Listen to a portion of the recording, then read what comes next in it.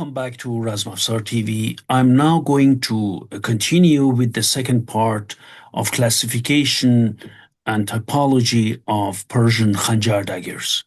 We have already talked about different types. The types we talked about was ones with handle made of walrus ivory. Some of them are also made of black horn, buffalo horn, and then there is then the dagger and the blade. The ones I've shown you were curved and double edged, and normally with a midrib.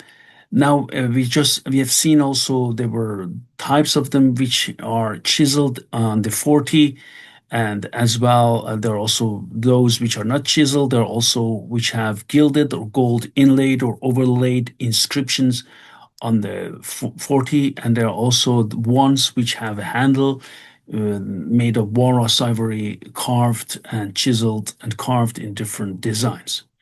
Now we are going to talk about another type of khanjar. And this type of khanjar in Persian is very specific. The reason is, as you will see, I will start with the one which is made of steel. The handle and the scabbard are both made of steel. As you can see it here on this example, this is from Al-Qarashi collection. And in in my book, The Beauty of Persian Patterned Crucible Steel, you see is a very, very beautiful khanjar. The handle is made of steel, also of patterned crucible steel. Some of them are made of plain steel, very few made of iron. And this one is made of patterned crucible steel. The whole surface is chiseled in vegetal and floral design.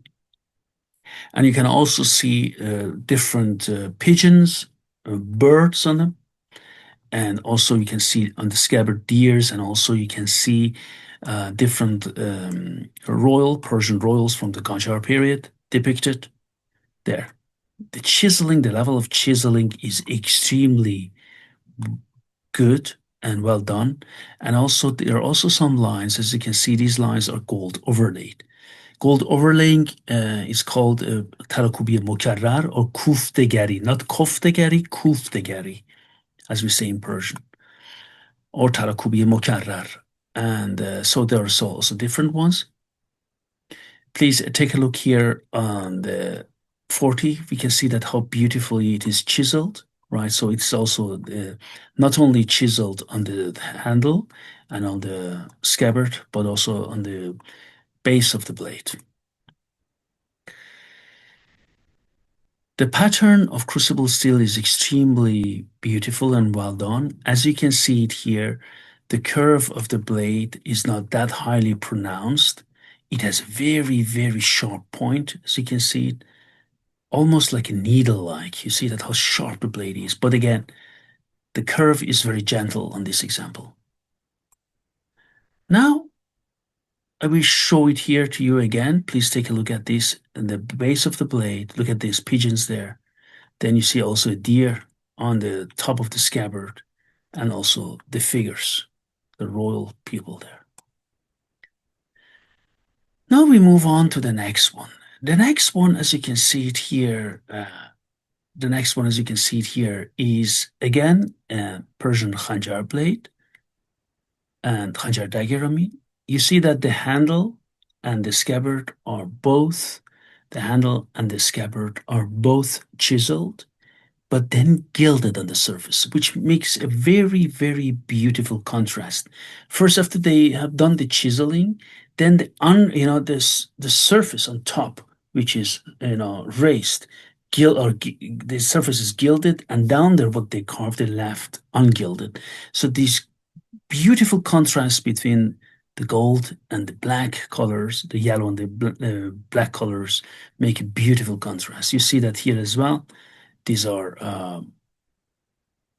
made of, the design is floral design and vegetal design, and also shows different animals, different deers running, different animals, and also hunting scenes, lions hunting. Blade, as you can see, it also is very, very beautiful Persian patterned crucible steel. Now we will move on to another type, and this is from Bunyad Museum. In Bunyad Museum, I analyzed 500 items, and this is one of them. You see that the handle and the scabbard are made of copper, and on top of it, they are enameled. Enameled khanjars are very beautiful. Most of them, the handle and the scabbard, are made of copper, but there are also examples, as I have shown in my book, Arms and Armor from Iran, where the handle and the scabbard are made of pure gold. And then on top of them, they're enameled. You see that on this example, the enameling is very intricate. What does it show? It shows Persian kings, mostly Sasanian kings, and also based on Shahnameh, as they're depicted here. Very, very beautifully done, as you can see it here. Also, princesses, Qajar princesses, and all of them. The enameling is superb. I'll show you two more examples from Hermitage Museum, and these examples are also very beautiful, as you can see them here. Enameling in floral design. Examples of this, even I would say more beautiful from Oriental arms, you can see in my book, Arms and Armor from Iran. You see that here, for example, this one's, the enameling there is of lighter color, and you see how beautifully the contrast between blue and green, and then the inlaying of gold in contrast on enameling is beautiful. The surface of enameling is whitish. If I go to the other one, you see that this is a typical Shiraz enameling with beautiful contrasts between red flowers, blue flowers, and also green colors. And then again, selective gold inlaying on this, on enameling. Really, really beautifully done. Here I showed this scabbard with this very intricate green and red and blue, and the scabbard of the one, the khanjar, I have shown before. All in all, they're very beautiful, as you can see here. There are also examples of khanjar which have precious stones inserted on top of the pommel, or also on the handle, or semi-precious stones, or especially on the scabbard. Examples of them you can see in the central bank of Iran. Now let me just mention my books where you can find very detailed information on Persian Khanjar. The first one is my book, Arms and Armor from Iran, the Bronze Age to the End of the Qajar Period. You can see exceptional Khanjar blades, and also some of them of a handle made of a piece of agate stone. I haven't shown them here. Here in my book, you can see it from Nadiri period. Nader Shah Afshar period. You can see here also all these examples I have shown in the first part of this video and second part here. Walrus ivory handle, and also decorated walrus, chiseled and engraved walrus ivory handle, chisel on the base, the blades, crucible steel blades, and also enameled ones. You can see it here with enameling minakari, as we say. You say so the whole surface gilded. You can see it here.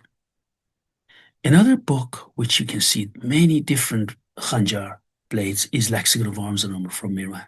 You'll see also exceptional collection of them here. Back to Arms and Armor from Iran, there you see very, very beautiful scenes again. Now, again, to the Lexicon here as well. The sceneries carved on the handle are magnificent there. Another book where you can find Persian Khanjars is my book, Persian Archery and Swordsmanship, Historical Martial Arts of Iran. There you can also find exceptional examples. Another one, you can find an heirloom of steel, a very beautiful chiseled Khanjar on the handle and on the scabbard from the Znojmo Museum in the Czech Republic, Czechia. Another example of a beautiful Khanjar you can find with chiseled or engraved handle made of walrus ivory you can find in my book, Jewels and Patterned Crucible Steel, Book of Jewels, Stones, and Metals. Another one, as you can see, and if you wish to buy, is of course from Al-Qarashi collection, The Beauty of Persian Patterned Crucible Steel, the collection of Hussein Ibrahim Al-Qarashi. This one in the middle, Khanjar, I've shown it already. You can see all details. All these Khanjar examples and daggers you have seen here, you can see the whole measures there, lengths, width, and so on and so on. And then my last book also has a beautiful example of a Khanjar, from the art of Persian cuisine to the science of steel metallurgy. What I would like you to do, the best way to support Razmafzar, which, I mean, it's a great project. We have been growing massively. I would really like you to support us and to subscribe to our channel on YouTube. And also, we have Patreon. You can go and support us on Patreon. You can also become a member of YouTube here. We have also an Instagram page. I'm going to put it here. Please become a member of the Instagram. We have also a Patreon page. You can become our patron. But the best way to support Razmafzar project is to buy my books. We have them all on our bookshop, Farm Books. I put the links here for each book I have presented here. So the best is if you wish, you could support us by buying my books. Thank you very much, and a pleasure. And I would like to thank all of you for all your big support here on Razmafzar TV. And I will continue to do and to make more videos for you. All the best for all of you.